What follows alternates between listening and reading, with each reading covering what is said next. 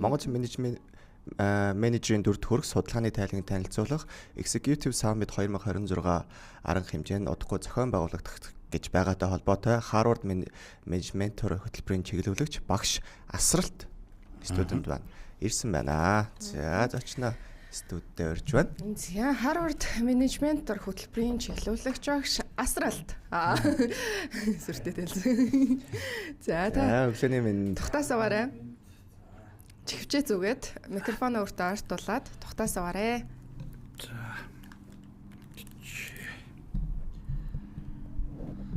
За танд өглөөний мэндийг хүргэе. За бараг өдөр болж байна уу тий.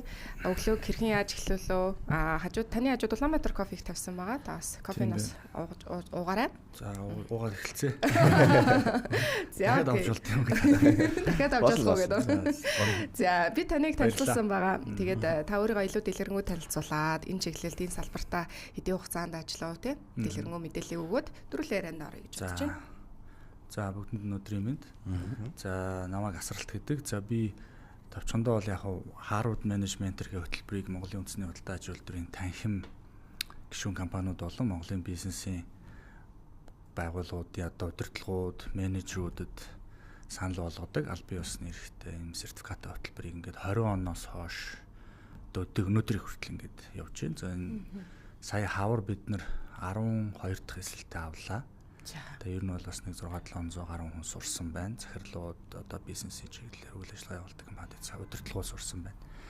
За эндээс бид нар ямар зүйл одоо энэ хугацаанд хийвэ гэхээр ер нь бид нар нэг энэ Монгол менежер удирдах бизнесийг удирдах байгаа авч явуулж байгаа гол яг дунд шатны болоод дээд шатны менежерүүдийн ер нь хандлага ур чадвар за сэтэлч хөтөн зүйл ер нь өөрийгөө болон бусдыг удирдах хэв маяг. Тэгээ ийм олон зүйлүүдийг энэ Франц, Испани, Америк, Английн нэг сэтгэл зүйн шинжилгээ ухааны суурьтай ийм санал одоо тест гэж ярьдаг те assessment гэж ярьдаг. Тийм үнэлгээгээр бид нар энэ одоо менежерүүдэд одоо энэ хугацаанд ингээд судалгааг нь аваад тэгээ үндсэндээ бол бид нар 1033 яг менежерийн энэ 5-6 жилийн хугацаанд авсан байна. За энэ судалгааны нэгдсэн тайлан үр дүнг одоо бид нар ингээд ирэх 5 дахь өдөр танилцуулах гэж байна. Эндээс бас ер нь яг монголчууд Монгол менежер нь ямар онцлогтой юм Монгол хүмүүс. Тэгээ бид нар энийг бас зүгээр яг Монгол менежер гэхээр бас нэг тийм жоохон удиртай сонсдог. Тэгэхээр бид нар л степа буюу талын менежер, талын Монгол менежер. Ер нь бол Монгол нутгийг бол ер нь тал нутгаар мэддэг. Ер нь степа. Тэгээ ер нь бид нар жоохон степ ап байх хэрэгтэй юм байна. Ер нь энэ цаг үе чи өөрөө нэг юм зүгээр урсгалаараа явдаг энэ цаг үе биш байна. Тэгээ дэлхий өөр болж байна. Бизнесүүд өөр болж байна. Тэгээ маш том хүчний нөлөөнүүд орж ирж байна. Тэгээ энд бид нар яах ёстой юм гэхээр яг ер нь талын монголчуудын гол онцлог бол дасан зохицох байдаг. Ер нь бол урт удаа хугацаанд амьд үлдэх, дасан зохицох, ажил амьдралаа ахуугаа авч явах гэдэг. Ахуу бол одоо бизнес гэдэг орчин цагт орчуулагдаж болж байна. Тэгэхээр бизнесээ Монгол менежерүүд яаж авч явах юм? За удирдлага одоо эзэд оунер гэж ярьдаг. Эздэдийн асуудал тусдаа асуудал. Бид нар бол ерөнхийдөө хөрөнгө оруулалтаа хийн, ерөнхий алсын хараа чиглэлээ. Гэтэл яг энэ дунд доод шатны менежерүүд маань энэ том одоо бизнес за жижиг том гэлтүү энийг яаж авч явах вэ? Шин хөдөлгөж авч явах юм те. Тэдний санаа зовнил, ур чадвар одоо те одоо юмуд хандлага нь хаана байна? Яг тохиромжтой, тохиромжгүй салбар гэл маш олон зүйлүүд байдаг л да. Тэгэхээр бидний судалгаанаас яг ер нь бол нэг өөрийгөө удирдахаас аваад бусдыг удирдах, өөрчлөлтийг удирдах тэгээ ажилдаа хандах хандлага гэдэг нь бас үзэж байгаа. Тэгээ ажлыг бас яг бизнесийг яаж авч үзэж байгаа гэдэг нь аягүй чухал.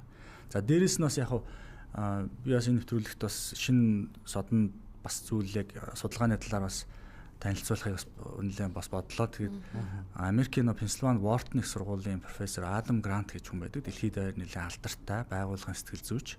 Ер нь байгууллага ер нь нэг одоо мөнгөн хөрөнгө одоо актив ассет гэхээс илүүтэй хүний дотоод одоо мөн чадвар, ур чадвар, тэр нэг хүчийг яаж ашиглах юм бэ? Боломж, потенциалыг яаж ашиглах юм бэ гэдгийг судалдаг. Тэгэд энэ дээр бас сүлд hidden potential гэдэг юу нэг манайхаар бол далд өгөгдөл гэж орчуулагдаж байгаа. Тэгэхдээ яг нуугдмал чадамж хүнд байдаг. Тэгээ бид нар ер нь дэлхийд даяараа ер нь за Монгол ялангуяа айгүй тийм төрмөл авиасны араас явдаг. Лаг мундаг те авиастай. За энэ хүнийг л авчих юмсан. Энийг тэр хідэн цалин хамаагүй аав гэл те. Ингээл бусдын тэгвэл яах юм? Бусад хүмүүс нь хийн. Тэгээ ингээ байгаад байдаг те. Тэгэхээр грант одоо профессор үгүй хүн болгонд потенциал бий. потенциал гэдэг нь бол хаанаас эхлэхтэй гол нь биш. Хаа хүртэл явж чадсан юм бэ? Одоо sustain буюу доктортой ингээд тууштай явж чадсан гэдгээр ингээд хэмжигддэг юм аа. Потенциал гэдэг асуудал. Тэгээ бид нар энийг одоо жишээл бид нар бодохтой болохоор та хаа хүрэх нь гол чухал биш. Таны тарих хаа хүртэл аялж чадсан гэдэг аюул чухалж болж байна. Тэгээ яг Монгол нэг үг гэдэг чинь нэг суусан цэцнээс явсан тэн дээр яг ер нь гэхдээ энэ нэг талаасаа одоо бас ер нь аялал аюул чухал гэдэг нь одоо юу гэдгийг шууд одоо увс руу аялал Франц руу аялахтай биш те. Яг ер нь бол тарихны хаа хүрч чадах аяллаа тухай яриад байгаа. Тэрш хаанахтай Бангкок ч юм уу Пхукет авах тухай биш. Тэгэхээр энэ чинь тархиа аялуулна гэдэг бол өөрөө маш том юм. Энүүгээрээ нөгөө нэг тухайн хүний тэр амар авьяастай хүн байна уу, төрөлхийн лаг жинис юм байна. Юус хамаахгүй. Хүн болгонд өөрт нь ямар нэг юм бат. Тэр нь ерөөсөө тэр аяллалынх уртаас тууштай байдлаас хамаарнаа. Тэрш ингээл авьяастай, ингээл амжилтанд хүрээл ингээл те маргааш нь зогсдог бол биш юм аа гэсэн юм санаа байна. Тэгээ энэ дээр профессорын хувьд яг менежерүүдтэй холбоотой бас зүйл ярих юм бол хүн болгонд энэ боломжийн буюу одоо opportunity system буюу боломжийн тогтолцоог бий болгож өгөх хэрэгтэй гэдэг юм л. Тэгэхээр нөгөө нэг одоо бид нар сэргээд боловсролынхаа системийг аваад үзье л да. Хүн болгонд хүртээмжтэй байгаа юм. Хүүхэд болгонд хүртээмжтэй байгаа. За илүү одоо executive гэж ярьдаг одоо бизнесийн удирдах төвшний боловсрол бас яригддаг л да. Ер нь маш том. Тэгээ хүн чинь байнга суралцж явах хэрэгтэй болохоос 2 диплом аваад ингээ бүх юм болчлоо гэж бодож болдгоо.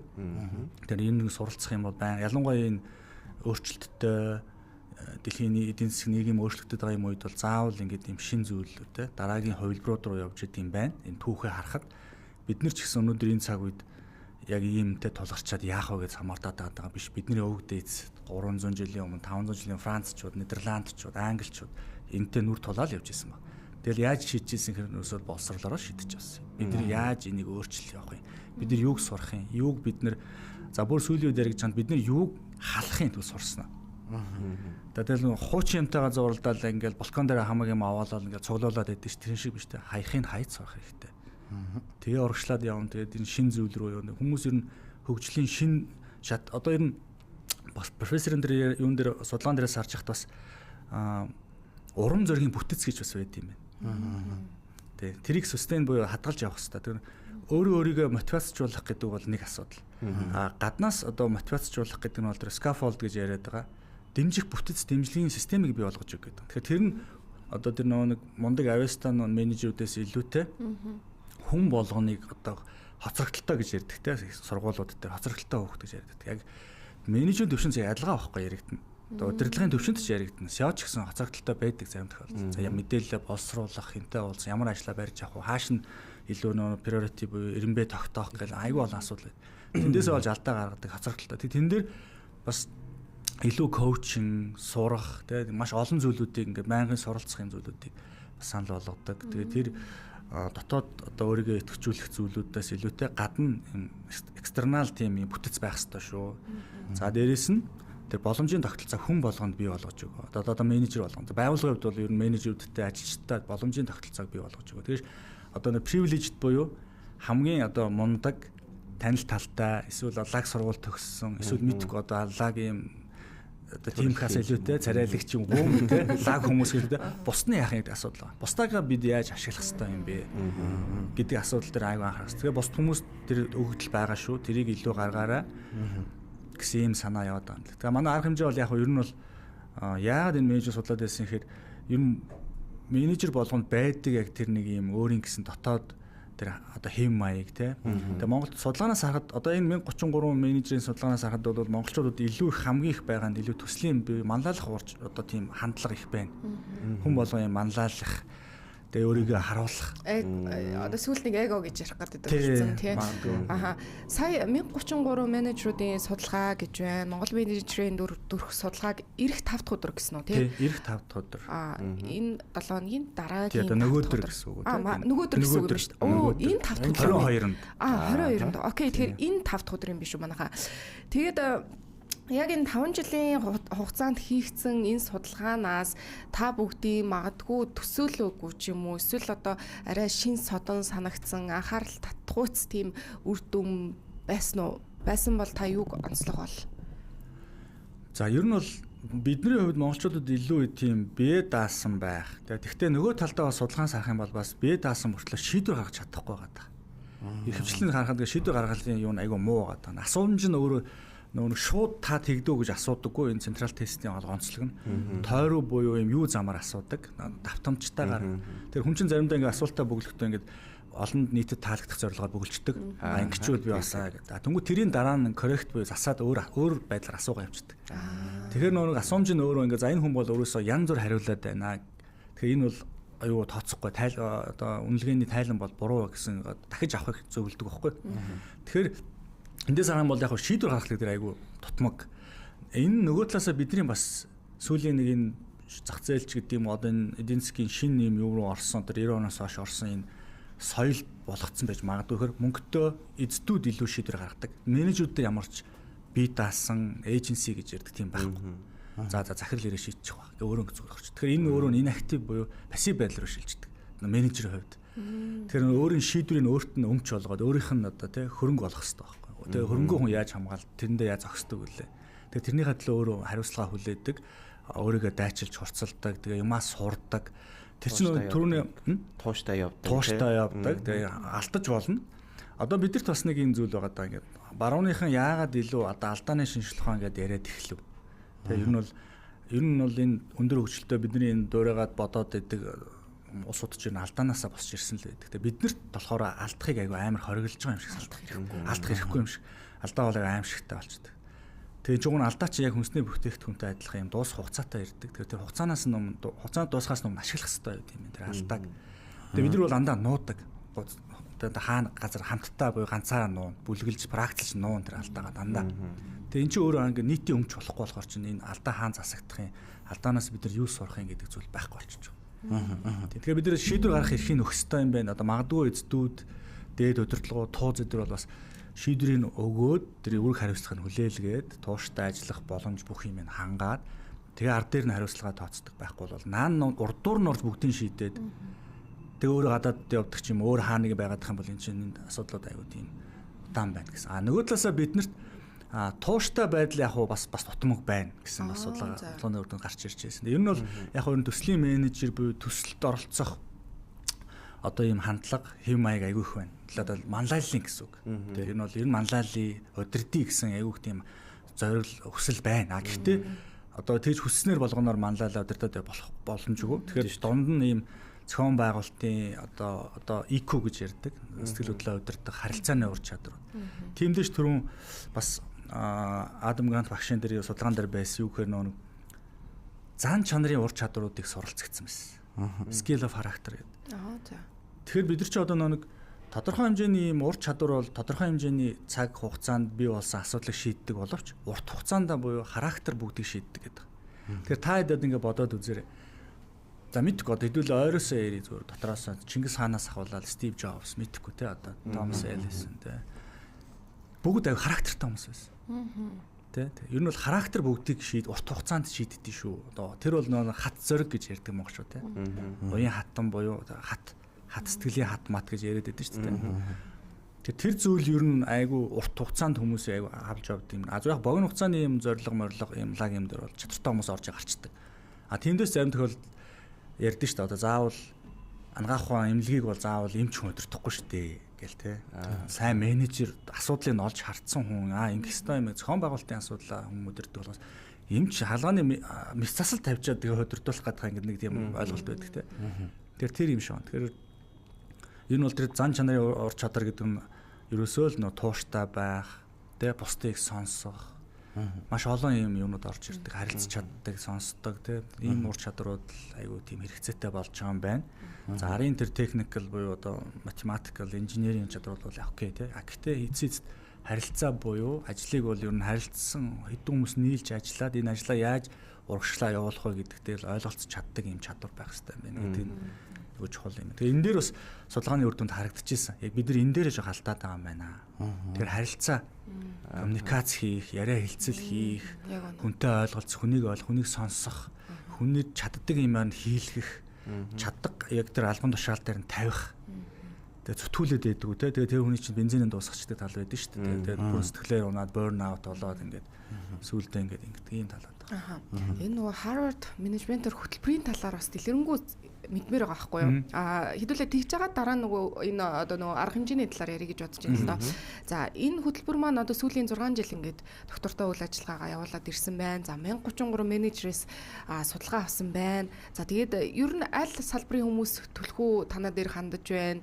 Энэ одоо боломж хандах одоо боломж нь та бүхэнд бол нийлдээл байдаг байх л та тийм. Тэгэхээр хэдийн хугацаанд бас энэ хөтөлбөр нь үргэлжилдэг гэдэг ч юм уу тийм. Яг нэг юм тодорхой мэдээллүүдийг өгвөл.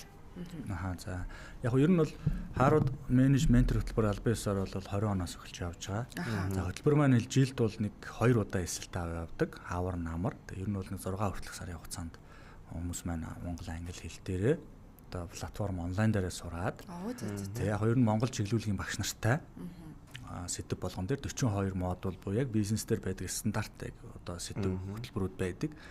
За одоо маркетинг, санхүүгийн ойлголт юу гэдэг нь те төсөв төлөвлөгөө, инновац, бүтээлч байдал, гүйцэтгэлийн үнэлгээ, стратеги, төлөвлөлт, гүйцэтгэл, хяналт гээл те. Яг л байдаг үндсэндээ карьер, стресс менежмент, цагийн менежмент нэгсэндээ ингээд хөтөлбөрийн 3 хуваагдаад ингээд өөрийгөө удирдах буюу хувь хүний өөрийнх нь асуудал, хоёрт нь бусдыг буюу удирдах, гуравт нь бизнесээ удирдах гэсэн 3 хэсэгт 42 модулаа хуваагаад оролцсон байдаг.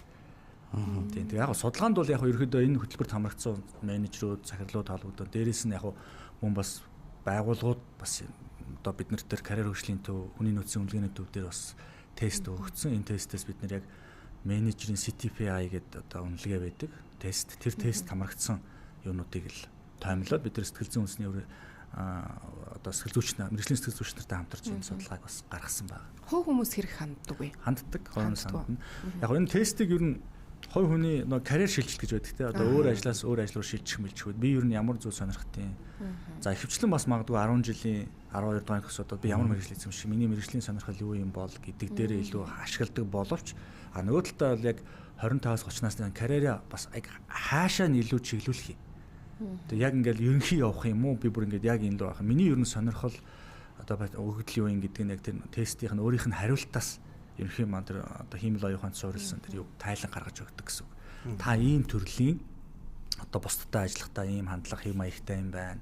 За илүү та ганцаараа бодох, анализ, дүрм шинжилгээ хийх ийм төрлийн хүн байна. Та эсвэл илүү ийм инженерийн сэтгэлгээтэй хүн байна ч гэдэг юм уу те. Та ийм зүйлүүдээс эдэлж нэ, ийм зүйл хэм маягтай, ийм ур чадварын суур танд байна. Ингэж хөгжүүлвэл гэсэн ийм юмнуудыг өгдөг. Зааварчилгаа, зөвлөмжүүдийг өгдөг гэсэн үг. Тэгэхээр ер нь бол яг энэ салбар бүрийн SEO тэгэл менежер удирдах төвчний ажилчид л бол очиж байгаа сургалтын хөтөлбөрт хамрагдж байгаа гэж ойлгох нь зөв. Зөв. Таны бас яг чиглүүлэгч багшийн хувьд те яг ингээд энэ салбараас хүмүүс ирчээсэ гэж боддог тийм зүйл байдаг болов уу? Тийм дөрөв салбарын юм асуу. Яг салбар бол яг одоо уул уурхай бол маш их байдаг. Уул уурхай, за ингээл hospitality гэж ярьдаг одоо зочд буудал, ресторан, тэ одоо үйлчлэгээний салбарынхан байна. Хөдөө аж ахуйхан байна, IT-гийнхэн байна. Медиа салбарынхан ч байдаг. Ер нь медиагийнхэн их байдаг. Бас ер нь бол тийм манай би судлаад байгаа байхгүй танаас. Тийм медиагийнхэн бол нэлээд байдаг шүү. Одоо NTV, за ITV, за ер нь бол маш олон одоо телевиз медиа салбарынхан одоо энэ гэрэл медиа гэд миний санаж байгаа. Маш олон медиа эйженсинууд бас дурдлагууд нь менежерүүд нь бас сурч ирсэн. Тийм 12 дахь эсвэл хүртэл нэлээд олон л медиахан байсан байх шүү. Тэгээ энэ дээр бас нэмээд асуухад нөгөө мэдээж хэрэг сая ингээд одоо сүүлийн үед бас сурд тастай өгсөж байгаа, тас зохицох хэрэгтэй гэх юмшлэн тий. Тэгвэл одоо нөгөө AI болон технологи хөгжөөд байгаа. Тэгээ энэ нь болохоор менежерүүдээс ямар шинэ ур чадварыг ер нь шаардаж эхэлж байна вэ тий. Энэ талаас бас та бас илүү дэлгэрэнгүй тайлбарлаж өгвөл. Яг ингээд одоо AI гарч байгаатай холбоотой ер нь AI хийж чадахгүй зүйл биднэртэй юу үлдсэн юм бэ гэдэг асуу. Тэгэхээр бид нар бол илүү бүтээлч байх, харилцаан дээр анхаарах хэрэгтэй юм шиг. Яг тэр технологи биднийг айгүй хөндөрүүлж байгаа ер нь. Тийм. Тэгэхээр энэ дээр чи нэг одоо нэг дэлхийн хүн ам өсөж байгаа тийм үү? За Монголч өсөж байгаа тодорхой одоо хэмжээнд. Тэнгүүд хүн болгоны оролцоо айгүй чухал болоод оролцоог бид нар тэгвэл яаж үнэлж хэмжих юм? Тэг компани одоо ингээд 1000 ажилтнтай 500 ажилтнтай байна гэж бодъё. 500 ажилтны одоо сэтгэл, санаа, идея, оролцоо, тэр engagement-ийг бид яаж үнэлэх юм? Тэнгуү тентэр чинь хэдхэн супер нөхдүүд байдаг шүү дээ. Би лаг мондаг байна. Окей. Босдон тэгвэл тэнд оролцсон хаана. Тэр багийн динамик байхгүй болчдөг. Тэгэхээр яг явандаа бол тэр нөгөө хоошоо суугаад за санаатаа санаандгүй өөр хоошоо суугаад байгаа улсууд ерөөхдөө сүлдө өөдөж эхэлдэг. За энэ сүлдээ нэг ажлын биш амьдралаас өөдөж эхэлнэ баг. Тэгээ миний амьдрал хог гэдэг төвшин рүү очиж байгаа. Тэгээ яг Дэв Логны нэг юм онлайн юм структур байдаг л да. Багийн 5 төвшин гэдэг. Амьдрал хог, миний амьдрал хог, суперстар, түншлэл тэгээд амьдрал гайхалтай гэдэг 5 дээр очдог. Тэгээ яг энийг бол бүх одоо байгууллага дамждсан билээ. Тэгээ бүх байгууллагад ажиллаж байгаа хүмүүс энэ төвшөнд мэдрэмж авдаг. Төвшөнд мэдрэмж авдаг. Энд өөртөө хөгжөөд болоод гардаг, exit хийдэг, зарим тэндээ үлдээд жинхэнэ тууштай ингэж гарч ирээд менежер ахлах болоод ингээ захирал болоо явдаг. Цөөхөн тийм тохиолдол байдаг юм билээ. Тэгэхээр би илүү энэ AI технологи ингээ биднийг холдуулж байгаа бид нар илүү буцаад ойртох хэрэгтэй. Илүү нэг хүн чанар, хүн байх ур чадвар гэх юм уу? Буцаад нэг хүн байх, хүнлэг ур чадвар. Би энийг ойлгох, туслах ялгаатай байна шүү дээ бид нар ч одоо өндөр намаас ахуулаад бидний оюун ухаан одоо ерөөсөө хүлээж аваад буцаагаад гаргах, экстракт хийх бүх юм чи өөр. Тэгэхгүй нэг ингээд хуучин чи ингэж бодох хэвээр чи яагаад энэ шиг бодож чадахгүй байгаа гэдэг юм бол төхөн ерөөсөө өөрийгөө за би бол жинхэнэ лузер юм байна гэдээ ойлгож штэ. Тэр хүн хүнд өөртөө байгаа тэр потенциалыг гаргаж нэхтэн тэр коучинг хийж туслах те илрүүлэх гэдэг энэ тест үнэлгээ идэрч аваас хэрэг болоод байгаа. Энэ тэмдээ чинь барууны орнууд их компани том одоо бидний мэдэх Google мөглөд чинь байнгын л үнэлгээ assessment авч яадаг. Тэгэл үнэлээл талент офс нь болохоор тэр үнэлээ за энэ хүн бол ийм байна. За энэ үнэхээр болохгүй та баяртай та ийм ажил тохиомжтой юм те. Тэгэхээр та ийм ажлаа хөөгөөд ийм карьер хөөгөөд явах боломжтой ч гэдэг юм. Тэр тухайн зөвлөмж өгөөд идэв. Тэгээ бид нар илүү бүтээлч бай, нэг креатив юм ашиглая, AI ашиглаж гаргаж чадахгүй бол илүү хүн чанар, илүү нөө характер скил гэдэг тэр харилцааны чадрууд дээр илүү анхаарыг. Хүн сонсдог, хүнээс имийг одоо хүмүүс гэдэг хүний сайн сайхныг олж хардаг бай дотроос нь те. Чадварыг нь олж харъя, потенциалыг нь олж харъя. Тэр чадвар л агуулж чухал. Тэгэхээр ерөнхийн нэг хайрцгаар энэ хүн ийм л одоо CV-н дээр нь бичсэн эсвэл өөрөөсөө нэг хүний нөөцөөс гаргаж өгсөн нэг ийм хүн аавна гэдэг тэрнийхэн дагуу ингээд тулгаад ингээд чичрээд байх юм бол энэ чинь болохгүй болчихж байгаа. Тэгэхээр тийм хүн ч олдохгүй шүү дээ одоо бас тийм. Тэгэхээр тэгхгүйгээр яаж одоо ихвчлэн сүүлийн үед бол одоо энэ барууны орнуудын хайр хийж байгаа юу бол ерөөсөө диплом барыг харахгүй болцсон. Ер нь тухайн хүнийх нь өөрийнх нь энэ тэр нэг тийм амбиц, инспирэшн, мотивац, боломж, потенциал аяг хардаг болцсон. Бид нар одоо нөгөө сая ингээл дандаа хэрэгтэй хэрэгжүүлж болох ууц тийм одоо давуу талч гэдэг зүйлүүдээ ингээл ярьлаа л да. Та сая нөгөө яриан дундуур нэг хэлжсэн шүү дээ. Шаардлагагүй зүйлээ ингээд орхиод хаях хэрэгтэй гэж байсан. Тэгвэл яг энэ Монголын одоо байгууллага, компаниудын хүний нөөц за ажилчид дээр гаргаж байгаа бодлого дээр ер нь шаардлагагүй хэрэггүй болж байгаа зүйл ер нь юу гэж харж байгаа вэ? Яг хүмүүсээ илүү сонсох хэрэгтэй юм шиг байлээ. Одоо ганц нэг газар судалгаа бид юу сургалт ордог л доо.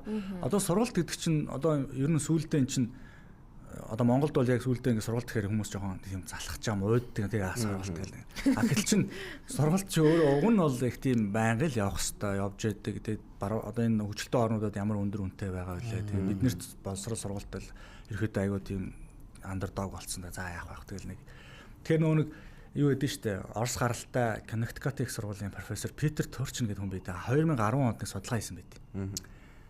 Elite Over Production гэдэг. Дипломтой хүмүүсийн илүүдэл байхгүй юу? Дипломтой хүмүүсийн илүүдэл нийгэмд ямар одоо асуудал үүсгэдэг вэ гэхээр нөгөө дипломтой хүмүүс чинь нөгөө статусаа хүсдэг байхгүй юу? Ямар нэг аргаар авцсан юм чинь би одоо би юугаа хүс ямбаа хүсэж штэ. За би одоо хөндлүүлнэ, би тэгүүлнэ, би гайгүй ажилд орно, би иймд очино, би ингэн тэгээд нөгөө тэгээ ийм усуудад чинь хангах одоо тэр болгоны статусаар хангах боломж байхгүй байхгүй хэцүү. Ялангуяа ийм тодорхой хэмжээний ийм юутай нийгэмд бол аюу хэцүү. Тэр чинь яагаад гэхээр сэтгэлээр юу ач эхэлдэг, унж эхэлдэг.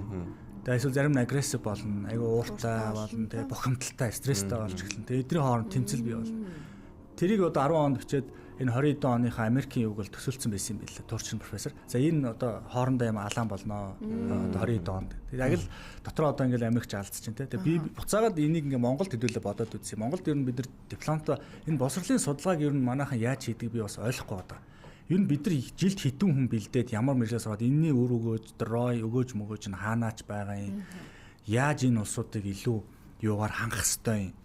Хүн л олсон тодорхой хэмжээний амбиц хүсэл мөрөөдөл байгаа. Тэр чинь ингээд хятад ч гэсэн бас гарсан л юм бэл. Тиймдээ ч одоо тэр Донгонд болсон тэр нэг хэрэг гарсан биз дээ. Та сонсон байж магадгүй. Ээж аав нь төлбөрийн төлөөд байсан хүүхэд нь сурж байгаа гэдэг төгсөө диплом аваад ирэнгүүтээ зарим сургуулиуд нь чи ажилд орохгүй бол диплом ч өгөхгүй гэдэг юм бэл. Тэнгуү чинь нөгөө нөхдүүд чинь аваад тийм нэг сэргэлэн нөхөр тийм бизнес хийнгүүтээ ажлын байр гаргаж байгаа юм шиг. Тэгээд өдөр өглөө ирээд орой явж болдог. Зураг ингээд авруугаа ингээд багш сургууль руугаа явуулаад ийм янз бүрийн юм хийж болдог. Тийм бизнес хүртэл хийсэн байгаа байхгүй. Тэгэхээр хүмүүс ажилгүй мөртлөө ажилтаа юм шиг харагдах. Ээж авруугаа явуулах, ажиллаа хийж гэн офстер байна гээл та ингээд өглөө оройд харж гэн би одоо гараа явж байгаа нэх гоё офстой. Тийм үйлчлэгээ хүртэл гарцсан. Тэгэхээр ингээд энэ олон хүмүүс чинь ингээд ийм диплом боловсралтай болцсон, өөрийгөө тэгээ бодцсон. Гэтэл боловсрал лидер чинь тусдаа дотроо айгүй өөр л асуудал байт юм билээ. Бид нар зүгээр нэг л юмар хаад байдаг. За ерөнхийдөө бидний нөгөө ярилцах цаг өндөрлж байна. Маш одоо хэрэгтэй гоё сонирхолтой бас яриаг өрнүүлж байна. Тэгээд та бидэнд бас нөгөөдөр болох тий арга хэмжээний талаар хаана болохын, хийн очих ёстой, хэдэн цагт болохын гэдэг бас мэдээллийг өгөөч гэж хүсэж байна. За бидний энэ Монгол менежерийн үнэнд одоо дүр төрхийн судалгааны нэгдсэн тайлан бол одоо 26 оны 5 сарын 22-нд буюу нөгөөдөр туусан зочд буудалд соёмб танхимд болно өглөө 8 цагаас. За энд бол ерөнхийдөө бид нэр менежертэй хүн ажилуулдаг компани болгон ирээсээ төлөөлөл нэрээсээ гэж бодож байна. Хүн ажилуулдаг. Тийм. Тэгэхээр амтан ажилуулдаг амтан ажилуулдаг менежер бол нэг хэрэггүй ба. Хүн ажилуулдаг менежер бол ирээрээ сонирхороо. За дараа нь ч гэсэн яг энэ тоо суудлал бол мэдээж 200%-аар хязгаарлагдсан байгаа. Угаасаа тэр танхимынхаа юу тийм бэлээ. Энэ тайланг бид нар хураангуй болон дэлгэрэнгүй байдлаар хоёр танилцуулна. За тэгээ ерөнхийдөө хүмүүс яг энэ дээр одоо яг өнөө цагт яг одоо өнөөдөр тулгарч байгаа яг асуудлуудаа бас ярих бах. Би panel discussion-тай тэгээ ганц нэг хүний нөөцийн захирлууд тий таалантай офисерууд тийм хүмүүс ирнэ.